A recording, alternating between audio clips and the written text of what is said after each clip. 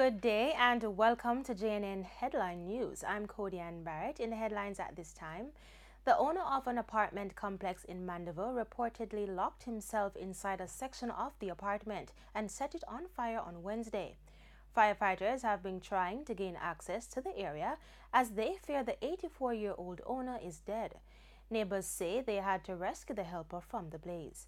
Up to news time, the victim has not been removed from the apartment. Forensics are still on the scene. The Ministry of Labor has now intervened in the industrial dispute, which has resulted in a prolonged shutdown of the Mandela Highway Improvement Project. Scores of employees of the China Harbor Engineering Company, CHEC, remain off the job. A statement from the ministry says in response to the findings of an investigation it conducted at the Mandela Highway project site between May 30 and June 4, it has called the parties to a meeting. The Union of Clerical, Administrative and Supervisory Employees has criticized the Labor Ministry for failing to intervene earlier. The police have imposed a curfew in sections of Gregory Park, St. Catherine, following a flare-up of violence, leaving 2 men dead. The curfew began at 6 o'clock Tuesday evening, and the police say it will remain in effect until 6 o'clock Thursday evening. The men killed in the community over the last 2 days have been identified as 44-year-old Tyler Anthony Murray from Gregory Park and 56-year-old construction worker Leonard Findley. The Cornwall Bar Association has declared that persons detained under the state of emergency in St. James, whose detention orders have not been signed, have the option of seeking their release through the parish court.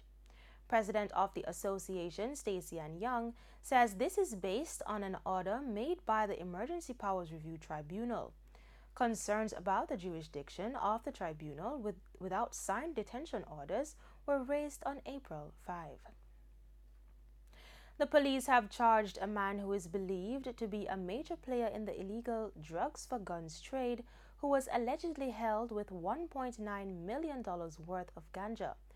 34-year-old Gaffy Daly, a fisherman of Helsher Portmore in St. Catherine, is charged with possession of ganja, dealing in ganja, use to conveyance, taking steps preparatory to export ganja, and conspiracy.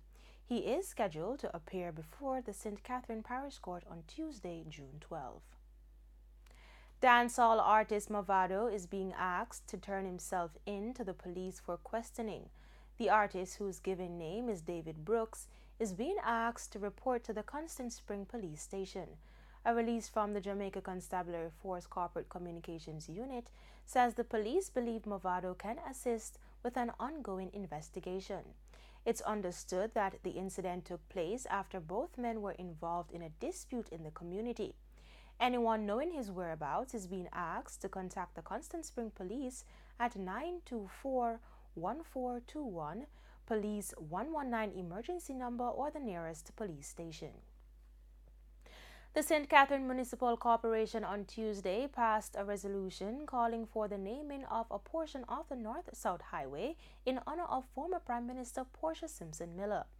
The resolution, which was passed by 14 votes to 13, called for the naming of the leg of the highway from Mandela Highway in St. Catherine to the border with St. Anne as the Portia Simpson Miller Highway. The opposition People's National Party has the majority in the local authority. This following plans already in motion by the ruling Jamaica Labour Party government to rename the highway after former Prime Minister Edward Seaga. The results of the final Grade 6 Achievement Test GSAT will be released on Thursday. Schools who signed up to access results through the ministry's online service will receive the data as early as 6 a.m. Hard copies will be available by 2 p.m. at the ministry's regional offices. 39,093 students were registered to sit the test in March.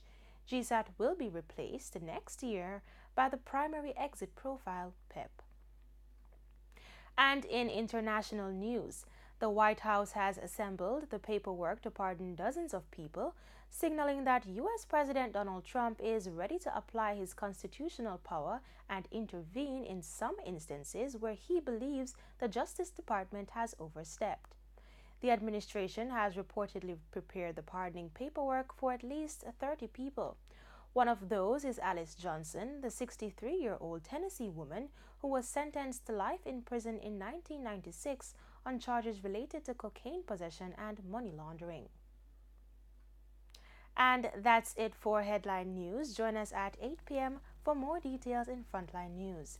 I'm Cody Ann Barrett, wishing you pleasant viewing.